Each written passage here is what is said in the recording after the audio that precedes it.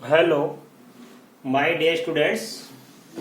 गायत्री विद्या मंदिर उच्च माध्यमिक विद्यालय सांचौर जिला जालौर की हमारी ऑनलाइन क्लासेस में आप सभी का एक बार फिर से स्वागत है। प्रिय विद्यार्थियों, आज हम कक्षा 9 की विषय गणित प्रश्नावली 2.1 के सवाल हल करना सीखेंगे। देखो बच्चों, संशोधित पाठ्यक्रम के अनुसार कुछ अध्याय आपके पूर्ण हटा दिए गए और कुछ अध्याय में से कुछ टॉपिक हटा दिए गए हैं। तो संशोधित पाठ्यक्रम के अनुसार मैं आपका ये रिवीजन करा रहा हूँ, आप इनको ध्यानपूर्वक रखना, क्योंकि 2.1 का आपके अध्याय से भी हटाया नहीं गया है। तो 2.1 की आपको तैयारी करनी है बच्चों। देखो, इसमें लिखा है निम्नलिखित में कौन कौन एक चर में बहुपद है और कौन कौन नहीं है। मैंने आपको जब ये प्रश्नावली पहले पढ़ाई थी तो आपको बहुपद के बारे में बताया था कि कुछ व्यंजक जो होते हैं, जो हमारे चर और अचर मिलकर बहुपद बनाते हैं, और बहुपद की पहचान क्या होती है कि इसमें जो चर की घातांक होती है वो एक धनात्मक पूर्णांक होती है। राइट। अब ये एक चर का बहुपद क्या होता है कि बहुपद में एक ही चर हो, यानी ऐसा व्यंजक जिसमें एक ही चर दिया गया हो, वो कहलाता है हमारा एक चर का बहुपद। जैसे हमारा पहला सवाल, इसकी जांच करेंगे हम। ये लिखा 4x² माइनस का 3x प्लस का 7। अब बताओ, यहां पे देखो, ये x के ऊपर 2 घात है, x के ऊपर 1 घात है। इसका मतलब ये है तो बहुपद ही, क्योंकि यहाँ पे चर कौन सा x, इसकी अधिकतम घातांक 2 है। कोई बात नहीं है तो बहुपद ही है। तो क्या यहाँ पे ये हमारे पास एक ही प्रकार का चर है। कौन सा चर है? x। ये जो x, y, z, a, b, c, t, p, जो भी हमारे ये अल्फाबेट में जो आते हैं ना, ये अक्षर, ये सब क्या कहलाते हैं? हमारे चर कहलाते हैं। इस बहुपद में हमारे पास में क्या केवल एक ही चर दिया गया x। राइट। तो लिखेंगे ये हमारा एक चर का बहुपद है। यह है एक चर का बहुपद है। राइट। देखो, इसी में दूसरा सवाल है बच्चों, y² प्लस √2। अब देखो, हमारे पास में ये क्या, हमारे पास चर है। बहुपद की पहचान क्या होती है कि जो चर होता है वो धनात्मक घातांक में होना चाहिए। ये अचर और ये चर है, तो इसका है तो ये बहुपद, क्योंकि चर की घातांक धनात्मक है और पूर्णांक भी है। और कितने प्रकार के चर? इसमें एक ही प्रकार का चर है। यहां तो x चर था, यहां y चर है। तो ये भी क्या हमारा, ये है एक चर का बहुपद है। अब देखिए थर्ड क्वेश्चन इसका, 3√t प्लस t√2। अब देखो, यहां पे है तो एक ही चर, यहां भी t, यहां भी t, लेकिन ये क्या बहुपद नहीं है बच्चों। ये एक चर का बहुपद क्यों नहीं है? क्योंकि यहां पे हमारे पास जो t लिखा है ये अंडरवुड के अंदर है। इसका इसकी घात 1/2 है। इसको मैं ऐसे लिख सकते हैं, इसको मैं ऐसे लिख सकते हैं, 3 का 3 t, अंडरवुड का मतलब है 1/2 घात, अंडरवुड का मतलब 1/2 घात। तो 3t की घात 1/2 प्लस t√2।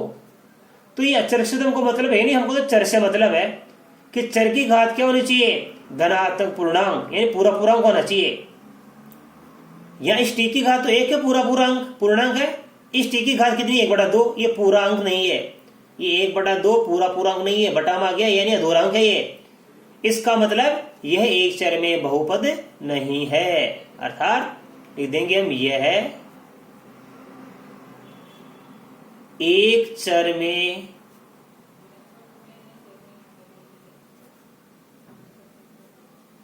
बहुपद नहीं है। राइट। अब देखो नंबर 4, इसमें लिखा y प्लस 2/y। ठीक है, तो हम इसको क्या लिख सकते हैं? देखो ध्यान देना, अब यहां पे क्या ये y ऊपर चल जाएगा तो क्या बन जाएगा? देखो यहां पे मैं इसको लिख सकता हूं y प्लस 2, ये y ऊपर चल जाएगा, ऐसा समझे? तो क्या बन जाएगा? गुणा y की घात -1। तो क्या बन जाएगा? ये y प्लस 2y की घात -1।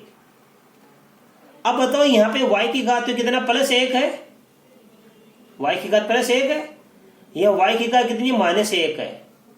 इसका मतलब क्या हुआ कि हमारे बहुपद की पहचान क्या होती है तो एक ही चर। देखो यहां y चर है, दोनों में एक ही चर है। अब एक ही चर का बहुपद क्यों नहीं है? क्योंकि अभी ऋणात्मक घातांक आ गई।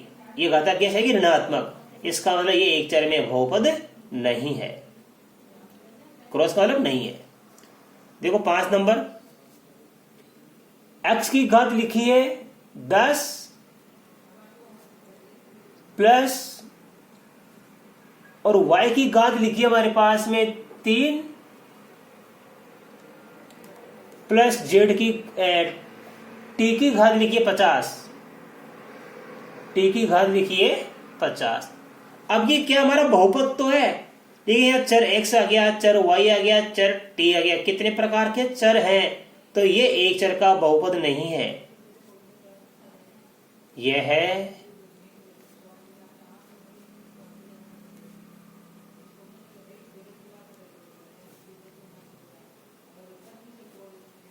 एक चर का बहुपद नहीं है। राइट बच्चों, तो आज हमारे ये प्रश्न 2/1 का हमने पूरा पहला क्वेश्चन सोल्व करा दिया आपको।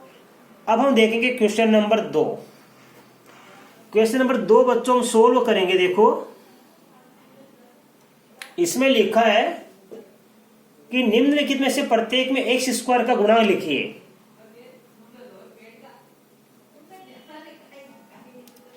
x² का गुणांक लिखिए। देखो बच्चों पहला सवाल इसका, इसमें लिखा 2 प्लस x² प्लस x। हमें इसमें क्या लिखना है? x² का गुणांक। तो देखो हमें लिखना है x² का गुणांक। बच्चों ये x² बताओ किससे गुणा हो रहा है? यहाँ पे इसका ये कुछ नहीं है, तो हम क्या मान सकते हैं? 1। x² कौन सी संख्या से गुणा हो रहा है? 1 से।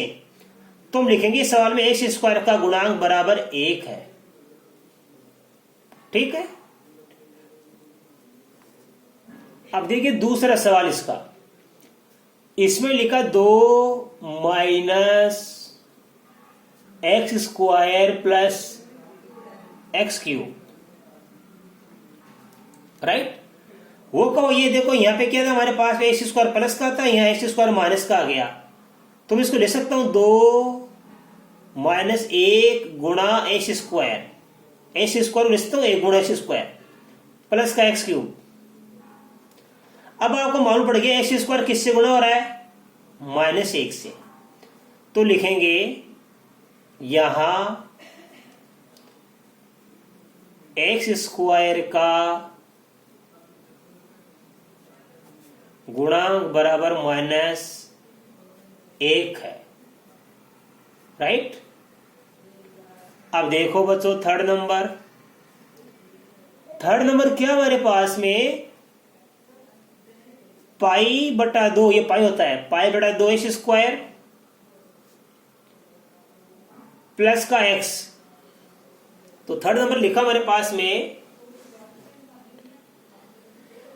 π/2 x² प्लस x। राइट, अब देखो यहां पे ये x² किससे गुणा हो रहा है? π/2 से। तो लिखेंगे यहां पे x² का गुणांक बराबर π/2 है, ये आंसर। देखो बच्चों 4 नंबर, इसमें लिखा है √2x - 1। अब देखो हमारे पास में इसमें एक्स स्क्वायर है ही नहीं, तो हम लिखेंगे एक्स स्क्वायर का गुणांक क्या है, एक्स स्क्वायर का गुणांक, क्योंकि एक्स स्क्वायर की हमारा पद है ही नहीं, तो एक्स स्क्वायर गुणांक लिख देंगे 0 है, इसमें है नहीं तो क्या लिख देंगे 0, राइट। अब देखो बच्चों हमारा अगला क्वेश्चन, क्वेश्चन नंबर 3। हमारा सवाल है 35 घात का द्विपद, 35 घात का एक द्विपद लिखिए और 100 घात का एक पदी, 100 घात का एक पदी हमको लिखना है, राइट।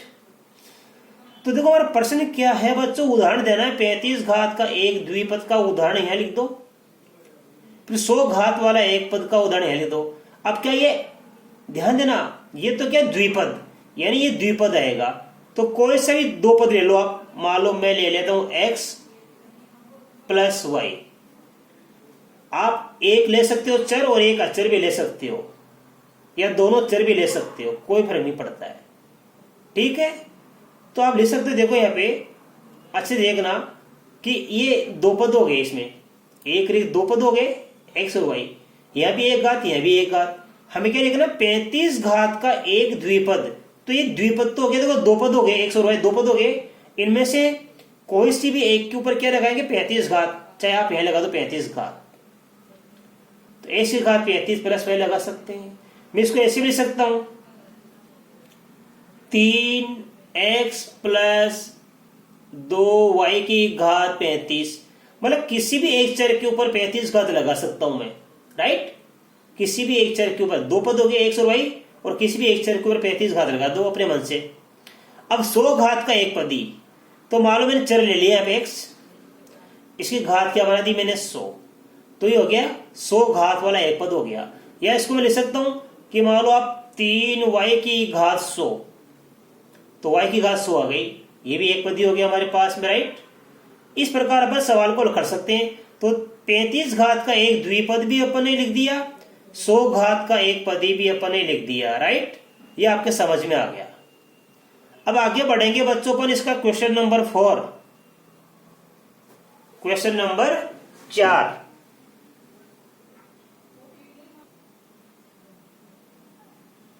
देखिए बच्चों क्वेश्चन नंबर 4 में क्या लिखा है, निम्नलिखित बहुपदों में से प्रत्येक बहुपद की घात लिखिए।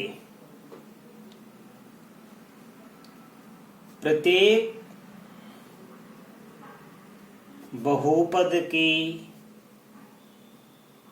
घात लिखिए, राइट। जैसे कि इसका पहला सवाल है, यहां लिखा है 5x की घात 3 + 4x की घात 2 प्लस का 7x, राइट। 5x की घात 3 + 4x की घात 2 + 7x, या x की घात 1, या x की घात 2, या x की घात 3। तो बहुपद की जो सर्वाधिक घात होती है, यानी बहुपद में जो सबसे बड़ी घात होती है, उसे ही बहुपद की घात कहते हैं। इस बहुपद की सबसे बड़ी घात कितनी है बच्चों, 3 है। तो लिखेंगे बहुपद की घात बराबर 3 है, राइट। देखो बच्चों इसी प्रकार दूसरा लिखा हमारे पास में 4 माइनस का y², ठीक है। अब आपके समझ में आ गया, यह y के ऊपर कितनी घात है 2, तो चर के ऊपर जो अधिकतम घात होती है ना बच्चों बहुपद में, उसे ही बहुपद की घात कहते हैं। तो हम यह लिखेंगे बहुपद की घात 2 है। इसमें बहुपद की घात कितनी है बच्चों, 2 है। अच्छी तरह समझ में आ रहा है आपके, अब देखो बच्चों, अगला सवाल लिखा है 5t माइनस √7, राइट। अब देखो चर कौन सा t है और t की अधिकतम घात कितनी, ऊपर 1 है, तुम लिखेंगे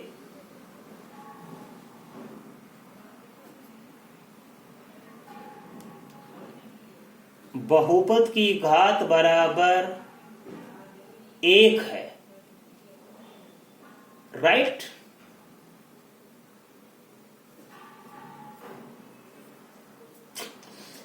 अब देखो बच्चों, यहां पे चौथा सवाल हमारे पास में क्या लिखा, 3। अभी 3 क्या हमारे पास में एक तरीके से बहुपद नहीं है, आए समझ में, क्योंकि चर और अचर मिलकर क्या बनते हैं, बहुपद बनते हैं। तो यहां पे क्या देखो कुछ नहीं है, तो बहुपद की घात क्या लिख देंगे, हम 0 लिख देंगे, राइट। तो ये भी आपके समझ में आ गया बच्चों। अब इसके बाद देखो बच्चों, एक सवाल इसका और रह गया, सवाल नंबर 5। देखो हमारे पास क्वेश्चन नंबर 5, इसमें लिखा है निम्नलिखित बहुपद में कौन कौन बहुपद रेखिक है, कौन कौन त्रिघाती, यानी बहुपदों का नाम लिखना, कौन कौन रेखिक बहुपद है, कौन कौन त्रिघाती है, राइट। जैसे मान लो हमारा पहला सवाल, इसमें लिखा है देखो x² + x²+x। दूसरा हमारे पास में लिखा है बच्चों x - x³। और तीसरा सवाल हमारे पास में लिखा है बच्चों y + y² + 4। ठीक है बच्चों। इसके बाद में हमारे पास है, ध्यान देना, एक चौथा सवाल लिखा है,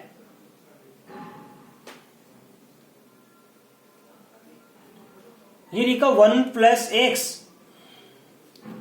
और 5 सवाल लिखा है इसमें हमारे पास है बच्चों 3t। और 6 नंबर हमारे पास सवाल लिखा है इसमें r²।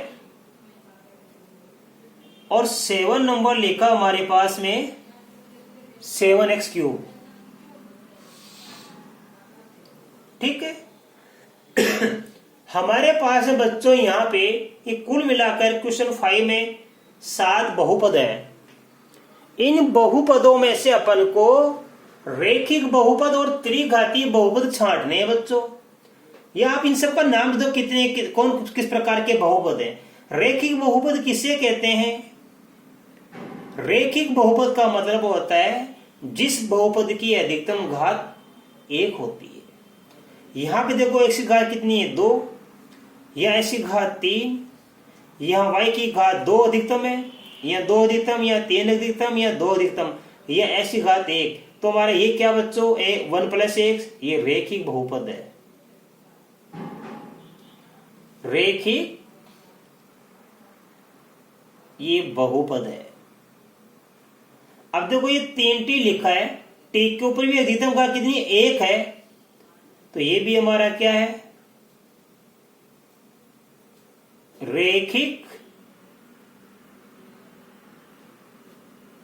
बहुपद है।